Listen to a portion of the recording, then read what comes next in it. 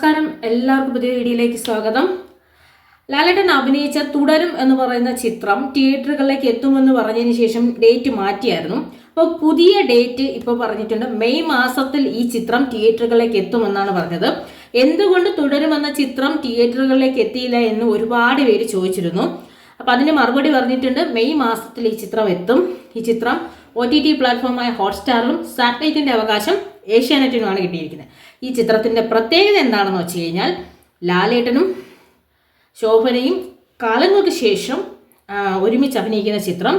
മാത്രമല്ല, ഒരു സാധാരണക്കാരൻ്റെ വേഷം കാലങ്ങൾക്ക് ശേഷം ലാലേട്ടൻ ചെയ്യുന്നതും ഈ ചിത്രത്തിലാണ്.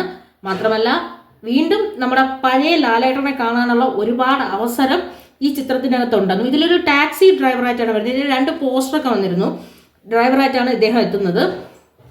നമ്മൾ കണ്ട പഴയ ലാലേട്ടൻ്റെ ഒരു പഴയ ലാലേട്ടനെ, അതായത് നമ്മൾ എല്ലാ വേഷത്തിലും ലാലേട്ടനെ കാണണം എന്നുള്ള ആഗ്രഹമാണ് നമ്മുടെ മനസ്സിൽ. അപ്പോൾ ഇതിൽ നമുക്ക് ആ പഴയ വിൻറ്റേജ് ലുക്കിലുള്ള ലാലേട്ടനെ, ഒരു സാധാരണക്കാരനായ ലാലേട്ടനെ ഒരു കുടുംബ ചിത്രമായിട്ട് തിയേറ്ററിലേക്ക് എത്തും.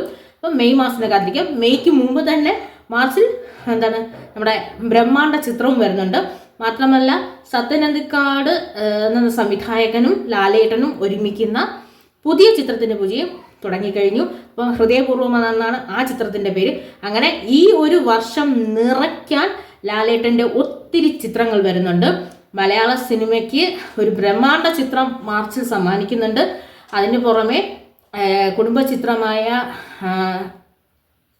തുടരും ചിത്രവും, പിന്നെ മറ്റ് നിരവധി ചിത്രങ്ങൾ അണിയറയിൽ ഒരുങ്ങുന്നതെല്ലാം എന്താ പറയുന്നത് 1-2 ചിത്രങ്ങളെല്ലാം പാക്കപ്പായിട്ട് വരുന്നുണ്ട്.